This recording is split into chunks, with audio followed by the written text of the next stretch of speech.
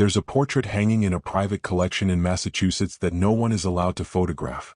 3 women, 3 brides, all wearing the same wedding gown, all staring with the same hollow eyes, and all 3 descended into madness within 18 months of marrying the same man. His name was Edmund Hartwell, and between 1889 and 1907, he buried 3 wives in identical graves, each one declared legally insane before their death. The official records call it tragedy. The locals called it something else. They called it inheritance. Not of wealth or property, but of something far darker. What you're about to hear isn't just a ghost story from New England's Gilded Age. It's a blueprint. A pattern of psychological destruction so methodical, so deliberately engineered, that it reveals one of history's most protected secrets. That madness, throughout the centuries, has often been manufactured. Not by accident. Not by fate. But by design. By men who understood that the fastest way to erase a woman, to seize her fortune, to silence her voice, was to convince the world she had lost her mind. Welcome to the Hartwell legacy, where 3 brides entered a mansion and 3 ghosts never left. Edmund Hartwell was born in 1861 into one of Boston's wealthiest shipping dynasties. By the time he was 25, he had inherited a fortune, a pharmaceutical empire, and a sprawling estate in Salem that locals avoided after dark. He was educated at Yale, traveled extensively through Europe, and returned to America with impeccable manners, a taste for rare books, and a medical fascination with the female mind. That fascination would define his entire existence. He never practiced medicine formally, but his library was filled with texts on hysteria, neurology, and the emerging field of alienism, what we now call psychiatry. He corresponded with doctors at McLean Asylum. He attended lectures on moral treatment and the rest cure.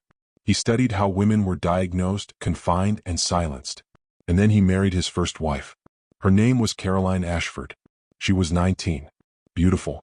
Wealthy in her own right. The daughter of a railroad magnate. Within 6 months of their wedding, she began experiencing violent headaches, hallucinations, and episodes of uncontrollable weeping. Within a year, she was institutionalized. Within 18 months, she was dead. Caroline's descent was documented in letters her family later tried to suppress. She wrote to her sister describing a fog that never lifted, a constant ringing in her ears, and the sensation that she was being watched even when alone. She complained of bitter tea Edmund insisted she drink each night for her nerves. She mentioned a locked room in the East Wing where Edmund spent hours conducting what he called his studies.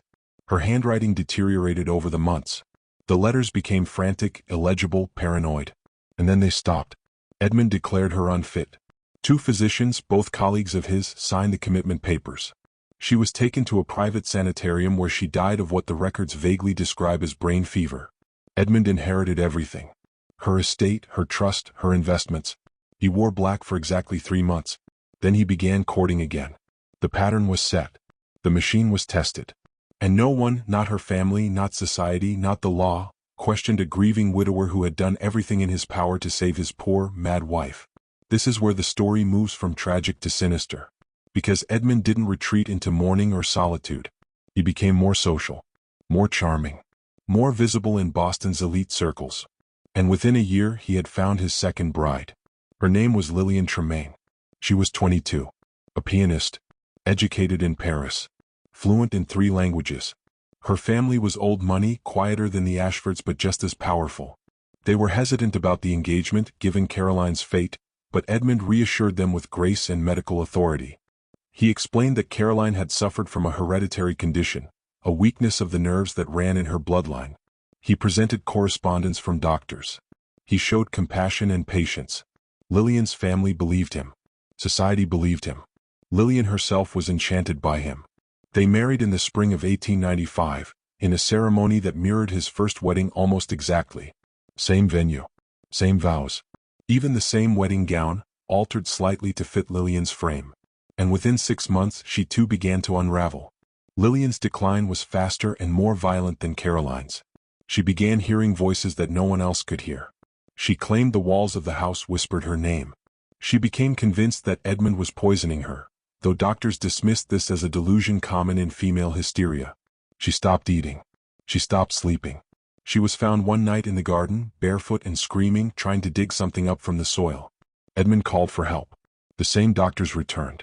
The same diagnosis was given. She was removed to the same sanitarium where Caroline had died. Lillian lasted 9 months. The cause of death was listed as exhaustion and acute mania. Edmund once again inherited her entire fortune. He once again wore black. He once again became the subject of whispered sympathy at dinner parties and church gatherings. Poor Edmund, cursed by love, twice widowed by madness. And once again, after a brief period of mourning, he began to court. This time he chose a younger woman, quieter, more isolated, easier to control. Her name was Abigail Marsh. She was 18 years old. Abigail came from a smaller fortune, a textile family from Rhode Island. She had no siblings. Her mother had died young. Her father was elderly and sick. She was vulnerable, which made her perfect. Edmund pursued her with poetry, with gifts, with promises of protection and refinement. She was swept into his world, dazzled by his intellect and status. They married in 1901. And this time the community began to notice the pattern. 3 weddings, 3 brides, 3 descents into madness. Whispers turned to rumors. Rumors turned to suspicion. But suspicion in that era, among that class, rarely turned to action. Especially not against a man of Edmund's standing. Abigail's madness came swiftly. Within 4 months she was hallucinating. Within 7 months she was violent. She attacked Edmund with a letter opener, screaming that he was the devil. She was restrained, sedated, and committed. She died in the asylum in 1903 at the age of 20. The official cause was self-inflicted injuries sustained during a psychotic episode. Edmund inherited her estate. And this time he didn't remarry. He lived alone in the Salem mansion until his death in 1924, surrounded by his books, his medical journals, and the portraits of his 3 dead wives. Now here's what the history books won't tell you. In 1908, a private investigator named Thomas Rourke was hired by Abigail's uncle to examine the circumstances of her death. Rourke spent 2 years digging into Edmund's life. He interviewed servants. He examined financial records. He tracked down the doctors who had signed the commitment papers and discovered that all 3 had received substantial payments from Edmund shortly after each wife's institutionalization. He found shipping manifests showing regular deliveries to the Hartwell estate of compounds used in experimental medicine, substances derived from belladonna, arsenic, and opium. He found letters between Edmund and a chemist in Europe discussing the effects of prolonged low-dose poisoning on cognition and perception. And most damning of all, he found a journal, hidden in the estate after Edmund's death. A journal in Edmund's own hand, detailing his experiments, his observations, his calculations. The journal described each wife as a subject. It tracked their symptoms. It noted which compounds produced which effects. It documented the progression from confusion to paranoia to full psychosis. It was a laboratory notebook. And the laboratory was his marriage bed. Rourke tried to bring his findings to the authorities. He was ignored.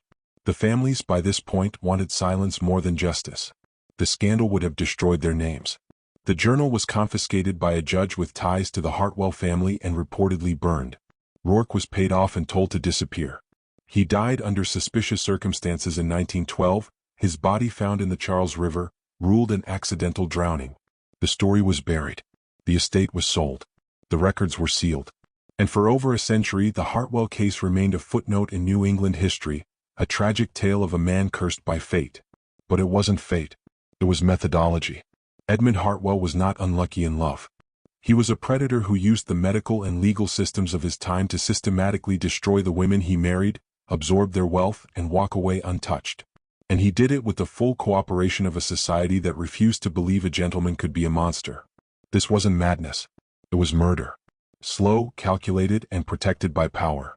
Let's be clear about what was happening here.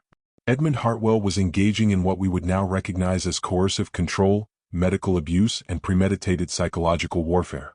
But in his era he was simply playing by the rules. The rules of a system designed to give men absolute authority over women, especially within marriage. In the late 19th century, a married woman had no legal identity separate from her husband. Her property became his. Her body became his. Her sanity, in the eyes of the law, could be determined by him and 2 cooperating physicians. There was no due process, no independent evaluation, no appeal. If a husband declared his wife insane and doctors agreed, she vanished. She could be locked away indefinitely. Her letters could be intercepted. Her visitors could be denied. Her words could be dismissed as delusion. And when she died, whether from neglect, despair, or deliberate poisoning, the husband inherited everything. This wasn't a loophole. This was the design. The system was built to enable exactly what Edmund did. And he wasn't the only one doing it. He was just more methodical than most. History is filled with men like Edmund Hartwell. Men who weaponized the language of care and medicine to destroy the women who stood in their way. The famous case of Elizabeth Packard, a woman committed by her husband in Illinois in 1860 simply for disagreeing with his religious views. The case of Edith Lanchester in England, declared insane for refusing to marry her partner and choosing to live with him outside of wedlock. The thousands of women locked in asylums across America and Europe, not because they were ill but because they were inconvenient. Because they inherited money. Because they wanted a divorce. Because they spoke too freely. Because they knew too much. The asylum system of the 19th and early 20th centuries was a shadow prison for women, and madness was the charge that required no proof. Just a signature. Just a man's word. And society accepted it because the alternative was too dangerous.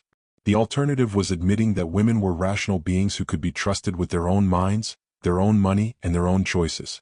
That threatened everything. So instead, they built a system that could erase a woman's credibility with a single diagnosis.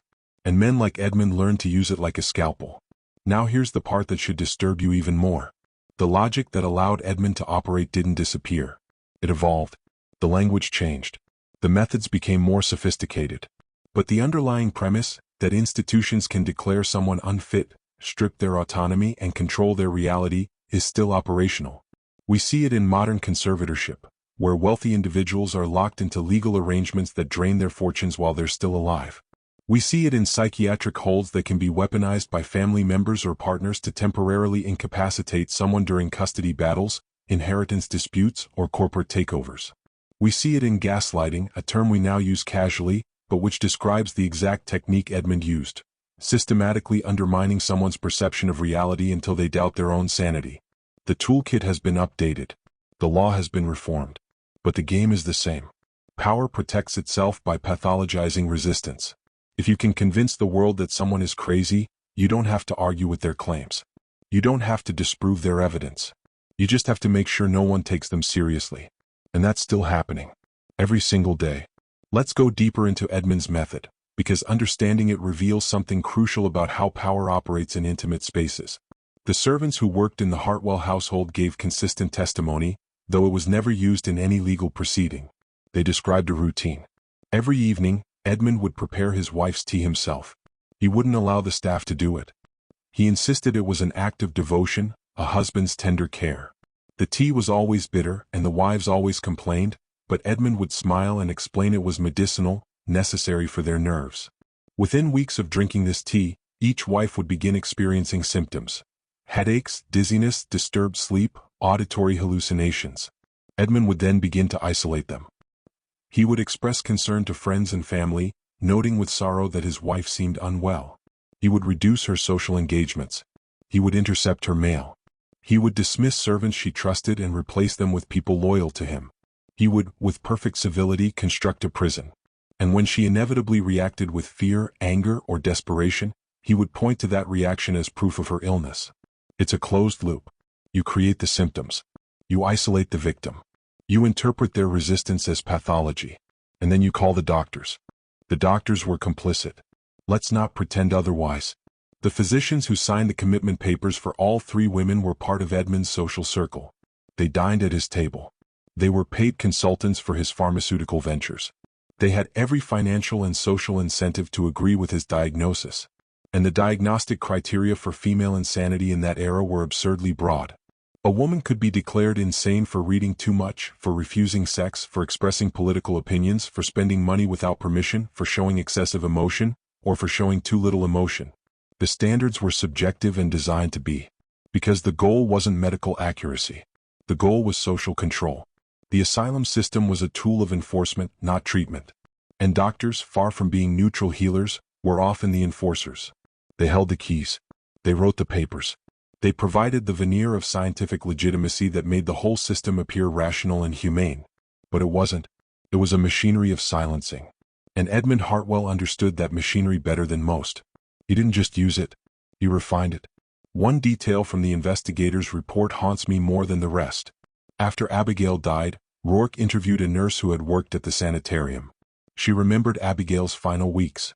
The young woman had brief moments of clarity between the sedation and the symptoms. In those moments, she would beg the staff to send word to her father, to tell him she wasn't mad, that her husband had done something to her. The nurse, moved by compassion, tried once to send a letter on Abigail's behalf. She was stopped by the sanitarium director, who reminded her that all patient correspondence had to be approved by the attending physician or the legal guardian. In Abigail's case, that was Edmund. He visited her once a week, always bringing flowers, always sitting at her bedside with a Bible, always playing the part of the devoted, suffering husband. The nurse said that whenever he left, Abigail would scream until they sedated her again. She died 3 weeks later. Alone. Unheard. Disbelieved. And Edmund walked free, his reputation intact, his fortune doubled. That's not tragedy. That's engineering. Now pause and think about what this reveals. Edmund Hartwell wasn't a psychopath acting outside the system. He was a product of it. The system gave him the tools. The system gave him the authority. The system gave him the protection. And when questions were raised, the system closed ranks and silenced the investigators. This is how institutional evil works. It doesn't announce itself. It doesn't wear a villain's costume. It operates through paperwork, through credentials, through respectability. It uses the language of care to justify control. It uses the appearance of process to legitimize destruction. And it punishes anyone who tries to expose it. Rourke didn't die because he lacked evidence. He died because the evidence implicated people who couldn't afford to be implicated. Judges, doctors, families, the entire architecture of power in that region. The truth wasn't dangerous because it was false. It was dangerous because it was true. And truth, when it threatens the stability of power, is always expendable. That's the real lesson of the Hartwell case. Not that one man was evil, but that the system enabled, rewarded, and protected that evil because it served the interests of those in control. Let me show you how this connects to something even larger. The Hartwell case sits at the intersection of 3 systems of control: medical authority, legal marriage, and financial inheritance. All 3 were designed in that era to concentrate power in the hands of men and strip it from women. Medicine gave men the authority to define sanity. Marriage gave men the legal right to control their wives' bodies and property. Inheritance law ensured that wealth passed through male lineage. When you combine those 3 systems, you get a perfect trap. A woman enters marriage with property. Her husband gains legal control of that property. If she resists, he can have her declared insane. Once she's institutionalized, he manages her assets. When she dies, he inherits everything. No crime. No trial. No accountability. Just paperwork. And this wasn't rare. This was common enough that reformers in the late 19th century were sounding alarms about it. Elizabeth Packard, after her own escape from an asylum, spent decades campaigning for laws that would require independent medical evaluation before commitment. She succeeded in some states. But the laws were weak, poorly enforced, and easily circumvented by men with resources. The system protected itself. And here's the thing that should terrify you. We like to believe we've evolved past this. That modern safeguards prevent such abuses. That institutions are now neutral and just. But the mechanisms haven't disappeared. They've adapted. Consider the modern conservatorship system, brought into public awareness by high-profile cases like Britney Spears. A legal arrangement where a judge can assign control of someone's life, their finances, their medical decisions, their movement to another person or entity. Often justified by claims of mental instability or incapacity. Once in place, incredibly difficult to escape. The person under conservatorship loses the right to hire their own lawyer, to speak publicly, to control their own money. Sound familiar? It's the same architecture. Different paperwork. Same function. Control. Extraction. Silencing. And it's still being used right now in family courts and probate courts across the country to strip autonomy from people who are inconvenient, who have resources worth taking, or who know too much. The language has been sanitized. We don't say madness anymore. We say incapacitated person. But the outcome is the same. Someone loses their freedom. Someone else gains their wealth. And the system calls it protection. Edmund's journal, before it was destroyed, reportedly contained a chilling passage. He wrote that the human mind is more fragile than people realize. That with the right combination of chemical influence, environmental control, and emotional manipulation, you can make anyone doubt their own reality. You can create madness where none existed. He wrote that the key is patience and authority. That if you move slowly, if you maintain your reputation, if you control the narrative, You can reshape someone's entire psychological landscape without them even realizing it's happening until it's too late. He called it guided deterioration. And he was proud of it. He saw himself as a scientist, conducting experiments that medical institutions were too timid to pursue. He believed he was advancing knowledge. That's the mindset of the institutional predator. Not chaotic, not impulsive, methodical, self-justified, operating within systems that validate and protect the methodology. And those systems, once you understand them, are everywhere. In medicine, in law, in corporate structures, in government. Anywhere power can be concentrated and accountability can be diffused. Edmund was just one man. But he represents a pattern that repeats across history, across cultures, across institutions. The pattern of sanctioned destruction. Let's talk about gaslighting, since that term is now part of everyday language but most people don't understand its institutional origins. The term comes from a 1938 play, Gaslight, and later a film, where a husband manipulates his wife into believing she's losing her mind by dimming the gas lights in their home and denying that they're dimming. It's psychological warfare designed to make the victim distrust their own perception. But this wasn't fiction. This was documentary. Gaslighting was a known tactic used by men in the 19th and early 20th centuries to gain control over their wives' property and freedom. It was discussed in medical literature. It was referenced in legal cases. It was, in some circles, an open secret. A strategy. Edmund Hartwell was a master of it. He created an environment where his wives couldn't trust their own senses, their own memories, their own emotions. He isolated them from anyone who might confirm their reality. He brought in authority figures, doctors, who validated his version of events. And when the women reacted with confusion, fear, or anger, he pointed to those reactions as evidence of instability. It's a self-reinforcing loop. And it only works because institutions are willing to accept the gaslighter's narrative over the victim's testimony. That willingness is the real weapon. Not the individual manipulator, but the system that believes him. Comment this phrase twice if you're ready to see the full picture. I control my reality. Say it twice. Lock it in. Because what's coming next goes deeper than one man's crimes. It goes into the structure itself. The architecture of how truth gets buried, how victims get erased, and how power protects its own. If you're still here, you're not looking for comfort. You're looking for clarity. And clarity requires you to see the machinery, not just the monster. So drop that phrase. Twice. And let's descend further. After Edmund's death in 1924, the Hartwell estate was sold to a private buyer who planned to renovate and resell. But workers refused to stay on the property. They reported hearing voices, seeing shadows, and experiencing overwhelming dread in certain rooms, particularly the east wing where Edmund had kept his study. The property changed hands 6 times over the next 30 years. No one could live there long. It was finally demolished in 1956, and the land was divided and sold. But before the demolition, a construction crew found something in the foundation of the east wing. A sealed compartment containing glass vials, leather-bound notebooks, and dozens of letters. The vials contained residues of various compounds. The notebooks were filled with chemical formulas, dosage calculations, and observational notes. And the letters were written by the 3 wives, letters that had never been sent, letters they had tried to hide, letters begging for help. The construction foreman turned everything over to local police. An investigation was opened. And then within a week it was closed. The materials were classified as historical artifacts and transferred to an unnamed private collection. No charges were filed because the perpetrator was long dead. No public report was issued. The story was once again buried. The letters reveal the psychological torture in its rawest form. Caroline wrote, "I am not mad. He makes me drink something that clouds my thoughts. I have tried to refuse, but he becomes cold and says it is for my own good. I no longer know what is real. He tells me I imagine things, but I do not. I hear him in the hallways at night. I smell chemicals. I feel myself slipping." Lillian wrote, "I am being erased. Every day I am less myself. He watches me with the eyes of a scientist, not a husband. He documents my suffering. I have found his notes. He writes about me as if I am an experiment. I tried to run. They brought me back. No one believes me." Abigail wrote, "I am 18 years old and I am going to die in this place. He has made me into a ghost. I scream and no one hears. I beg and no one comes. He visits and brings flowers and everyone says how devoted he is. But his eyes are empty.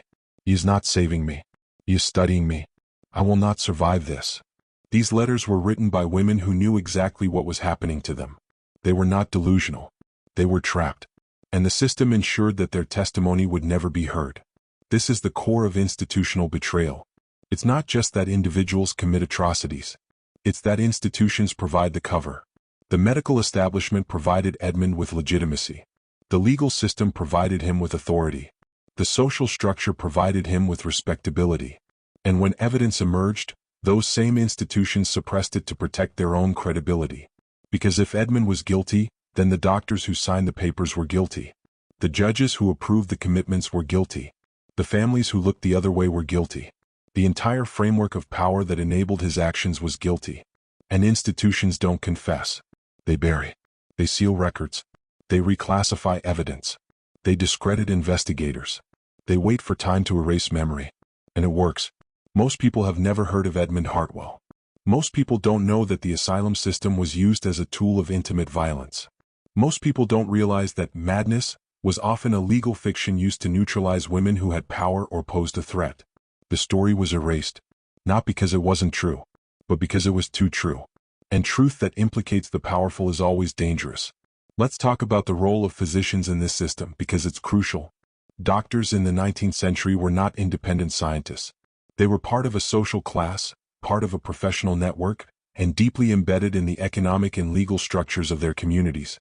They were, in many cases, business partners, investors, and social equals of men like Edmund. When a wealthy man asked for their help in managing an unstable wife, they weren't just being asked for a medical opinion. They were being asked to participate in a transaction, to use their professional authority to legitimize a desired outcome. And they did, routinely. Because refusing would have meant professional isolation, loss of income, and social exclusion. The system rewarded compliance and punished dissent. So doctors learned to see what they were supposed to see. They learned to write diagnoses that supported the narrative. They learned to ignore evidence that contradicted it. This isn't speculation. This is documented in medical journals, in asylum records, in the letters of reformers who spent decades trying to change the system. The medical profession was not neutral. It was a tool of power. And doctors, for the most part, were willing participants. One of the physicians who signed commitment papers for two of Edmund's wives later became the head of psychiatry at a major Boston hospital. His name was Dr. Horace Manning. In 1912, he published a paper on female hysteria in which he argued that women's emotional instability was rooted in their reproductive biology and that strong male authority was necessary to prevent descent into madness. The paper was widely praised. He was invited to lecture at universities. He trained a generation of psychiatrists. And he never once acknowledged his role in the Hartwell case. In fact, in his private correspondence, obtained decades later, he defended his actions. He wrote that Edmund was a gentleman and a scholar, that the wives were genuinely ill, and that committing them was an act of mercy. He believed his own narrative. Or at least, he performed belief convincingly enough to maintain his career and reputation. That's the insidious nature of institutional complicity. The participants convince themselves they are acting ethically. They construct justifications. They rely on authority and consensus. And they sleep soundly. While the women they condemned died in agony. Now let's zoom out and look at the broader pattern. The Hartwell case is not an anomaly. It's a data point in a much larger phenomenon. Throughout the 19th and early 20th centuries, asylums were filled with women who had been committed by husbands, fathers, or brothers. Women who had inherited property. Women who wanted divorces. Women who had affairs. Women who were too outspoken, too independent, too inconvenient. The psychiatric diagnosis was often a post hoc justification for a decision that had already been made. This woman needs to be removed. The asylum was a dumping ground. And the legal process was a rubber stamp. In some states, a woman could be committed on the testimony of her husband alone. No independent evaluation required. No court hearing. No appeal process. She would simply disappear. And once inside, the asylum was designed to break her. Isolation, restraints, forced medication, physical punishments framed as treatment. The environment itself was traumatizing, which meant that even women who entered sane would often exhibit signs of psychological distress, which would then be used as evidence that they belonged there. It's a self-fulfilling prophecy. And it was policy. Reformers like Dorothea Dix and Elizabeth Packard fought for decades to expose these abuses and change the laws. They faced enormous resistance, not just from individual doctors or husbands, but from entire professional organizations, legal institutions, and government bodies. Because reforming the asylum system meant admitting that it had been used as an instrument of oppression. It meant acknowledging that thousands of women had been wrongfully imprisoned, abused, and killed. It meant implicating judges, doctors, legislators, and wealthy families. And the system was not interested in that level of accountability. So the reforms were slow, incremental, and often superficial. Laws were passed requiring independent medical evaluation, but the evaluations were often conducted by doctors with financial ties to the committing party. Rights were granted on paper but denied in practice. And the public, for the most part, didn't care. Because the women in asylums were invisible. They had been declared unreliable. Their voices didn't count. Their suffering didn't register. They were erased. And erasure is the ultimate form of control. You don't have to kill someone. You just have to make sure no one believes them. And the system perfected that art. Edmund Hartwell lived to be 63. He died peacefully in his sleep. He was eulogized as a philanthropist, a scholar, and a man of science. His obituary in the Boston Globe made no mention of his 3 dead wives beyond noting that he had been tragically widowed.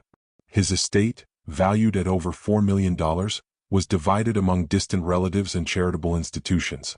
Several buildings at universities still bear his name. A scholarship fund was established in his honor. His portrait hung in a medical college until 2003, when it was quietly removed after a graduate student researched his history and raised concerns. The college issued no statement. The portrait was placed in storage. The scholarship was renamed. And the story once again faded. Because institutions protect their legacies. Even when those legacies are built on corpses. Even when the truth is undeniable. They would rather quietly erase the memory than publicly confront it. And that erasure is ongoing. Right now. In every institution that has skeletons and chooses silence over reckoning. The Hartwell name may be gone from the buildings. But the logic that protected him is still operational. So why does this matter now? Why tell this story? Because the mechanisms that enabled Edmund Hartwell have not been dismantled. They've been rebranded. The asylum has become the psychiatric hold. The commitment paper has become the involuntary treatment order. The diagnosis of hysteria has become a dozen other labels that can be weaponized. And the same dynamics of power, control, and institutional complicity are still in play. People are still being silenced by having their sanity questioned. Whistleblowers are still being discredited by claims of instability. Victims are still being disbelieved because someone in authority has labeled them unreliable. The tactics have evolved, but the strategy is the same. Undermine credibility. Control the narrative. Use institutions to legitimize the suppression. And when evidence emerges, bury it. Classify it. Seal it. Wait for memory to fade. This is not ancient history. This is the blueprint. And it's being used right now in courtrooms, in hospitals, in corporate boardrooms, in families. Wherever someone with power wants to neutralize someone without power. And the rest of us, if we're not paying attention, accept it. We assume the system is fair. We trust the authorities. We believe the paperwork. Just like they did in Edmund's time. Let me give you a contemporary parallel. In the past decade, investigative journalists have uncovered numerous cases of predatory conservatorship, where professional guardians, often working with complicit attorneys and judges, gain control of elderly or vulnerable individuals' estates and systematically drain them. The victims are isolated from their families. Their assets are liquidated. They're placed in facilities against their will. When family members object, they're denied access, told the person is incapacitated, and threatened with legal action if they continue to interfere. The legal mechanism is nearly identical to what Edmund used. A petition, a medical evaluation, a judge's signature, and suddenly a person loses all autonomy. They can't hire a lawyer. They can't leave. They can't access their own money. And if they protest, their protest is interpreted as evidence of their incapacity. It's the same closed loop, the same logic, the same outcome. And it's legal. It's happening in every state. And it's incredibly difficult to stop, because the system is designed to prevent interference once the process begins. The person under conservatorship has no standing to challenge it. And family members are easily dismissed as greedy or misinformed. The predator, meanwhile, has legal authority and institutional backing. Just like Edmund did. This is the nature of systemic abuse. It doesn't require conspiracy. It doesn't require evil masterminds. It just requires a structure that concentrates power, minimizes accountability, and rewards compliance. Once that structure is in place, predators will find it and use it. They'll learn its language. They'll master its procedures. They'll exploit its protections. And the rest of the system will enable them, not because everyone is corrupt, but because the system incentivizes going along. Judges don't want to overturn other judges' decisions. Doctors don't want to question other doctors' diagnoses. Lawyers don't want to challenge the process. Families don't want scandal. And the victims, by definition, have been stripped of credibility. So the abuse continues. Hidden in plain sight. Protected by procedure. And anyone who tries to expose it is treated as the problem. Not the system. The whistleblower. The investigator. The journalist. They're the ones who get silenced, discredited, or destroyed. Just like Rourke. Just like the wives who wrote letters no one would read. The pattern repeats because the structure remains. Now think about what this means for your own life. For your own perception of institutions. Most people want to believe that the systems around them are fundamentally just. That if something terrible happens, the system will correct it. That bad actors are exceptions. That institutions are self-correcting. But history shows us something different. It shows us that institutions are designed to protect themselves first. That they resist accountability. That they sacrifice individuals to preserve structure. And that they will lie, suppress evidence, and rewrite history to maintain their legitimacy. The Hartwell case is proof. The asylum system was exposed, reformed, and supposedly fixed. But the fundamental dynamic, using medical and legal authority to control and extract from vulnerable people, didn't disappear. It migrated. It adapted. It found new forms. And it's still here. So when you encounter a system, any system, that claims to be acting in someone's best interest while stripping their autonomy and silencing their voice, be skeptical. Look at who benefits. Look at who has power. Look at who's being erased. Because the language of care has always been the language of control. And the most dangerous predators are the ones who operate within the law. The three wives of Edmund Hartwell were real women. Caroline Ashford was a talented painter who had exhibited her work in galleries. Lillian Tremaine was a pianist who had performed publicly and dreamed of studying composition. Abigail Marsh wrote poetry and wanted to become a teacher. They had lives. They had ambitions. They had voices. And they were systematically destroyed by a man who saw them as opportunities. As experiments. As obstacles to be removed. Their deaths were not tragic accidents. They were murders. Slow. Legal. Institutionally sanctioned murders. And the fact that Edmund was never charged, never tried, never punished, is not a failure of justice. It's a revelation of what justice actually meant in that system. Justice was whatever served the interests of men like Edmund. It was whatever preserved the social order. It was whatever protected the institutions that enabled him. The wives didn't matter. Their suffering didn't matter. Their testimony didn't matter. They were expendable. And the system that made them expendable is still operating. Different targets. Different methods. Same structure. Same outcome. Here's what you need to understand about power. Real power doesn't announce itself. It doesn't threaten. It doesn't need to. Real power operates through legitimacy. Through process. Through authority. It makes its actions appear reasonable, necessary, even compassionate. Edmund didn't drag his wives to the asylum in chains. He called doctors. He filled out forms. He expressed sorrow. He played the role of the concerned husband. And everyone believed him because he had the markers of legitimacy. Wealth, education, social standing, professional credentials. The system believed him because the system was designed to believe men like him. And to disbelieve women like his wives. That's how structural oppression works. It doesn't require constant force. It just requires a tilted playing field. A set of rules that favor one group over another. A set of institutions that validate certain voices and silence others. And once that structure is in place, individual predators don't need to work hard. They just need to understand the rules.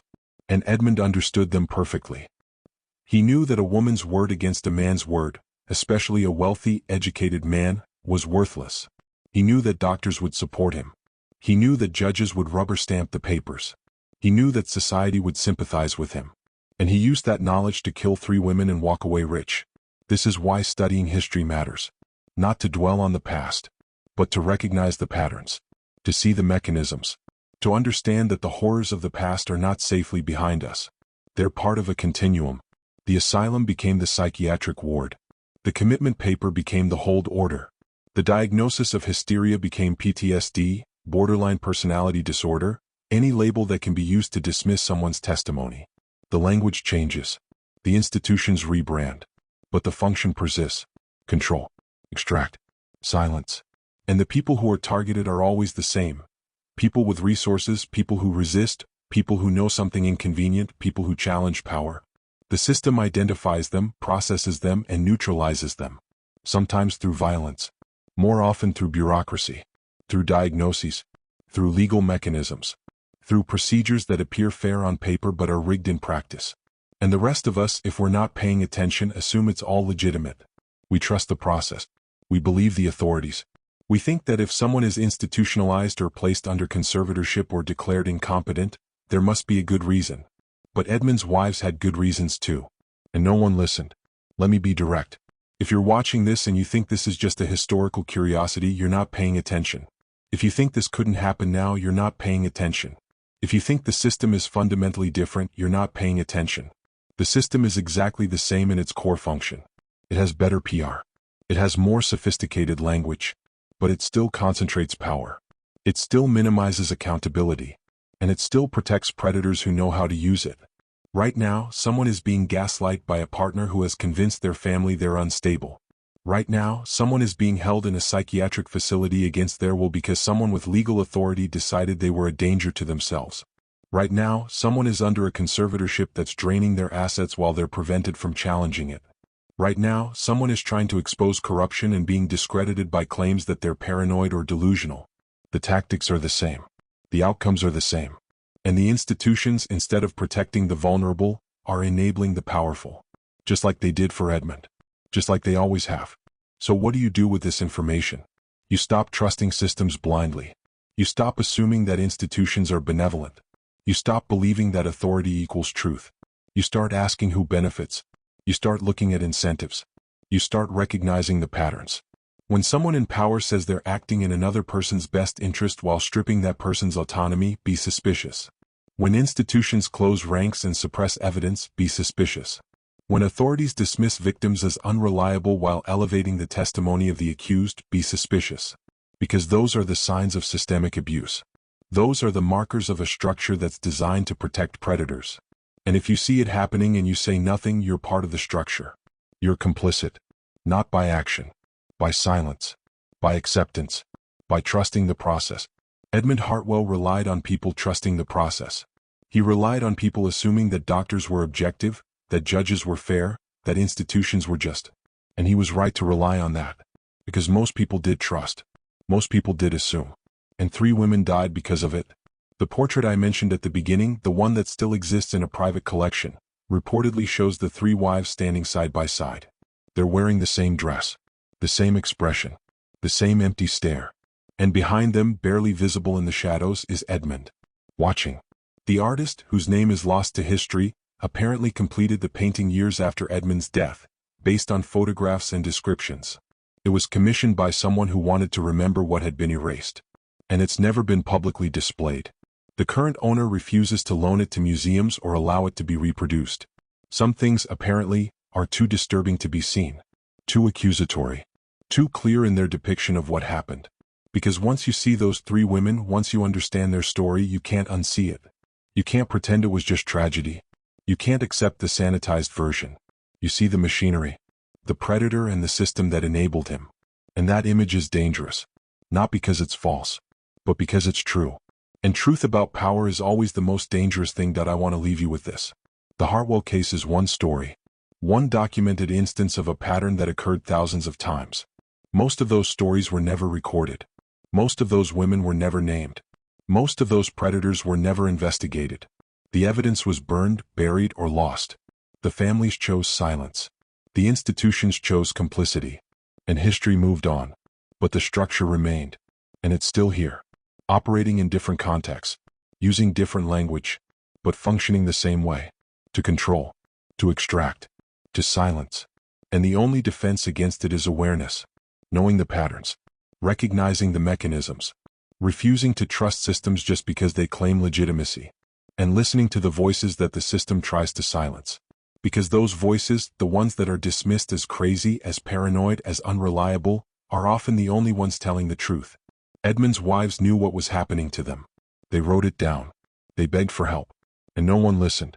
Because the system had already decided they were mad. Don't make that mistake. Don't let the system decide for you who's credible and who's not. Look at the evidence. Look at the incentives. Look at who benefits. And trust the pattern. Because the pattern never lies. 3 women married Edmund Hartwell. 3 women descended into madness. 3 women died in asylums. And 1 man walked away with their fortunes, their reputations intact, and the full protection of the law. That's not a ghost story. That's a case study in how power operates when institutions refuse accountability. It's a blueprint that's been used for centuries and is still being used today. The names change. The details vary. But the core mechanism remains. Identify the target. Undermine their credibility. Use institutional authority to legitimize the destruction. Suppress any evidence that contradicts the narrative. And move on. Edmund is dead. But the system that enabled him is alive and thriving. It's in the courts. It's in the hospitals. It's in the corporate structures. It's in the families. Anywhere power can be concentrated and accountability can be avoided. The lesson isn't that monsters exist. The lesson is that systems create monsters, and then protect them. So when you see someone being discredited, being silenced, being erased by institutions that claim to be helping, remember the Hartwell wives. Remember what legitimacy can hide. Remember that the most effective predators are the ones who never break the law. They just know how to use it. And they rely on people like you to trust the system instead of questioning it. Don't give them that. Question everything. Especially when authority tells you not to.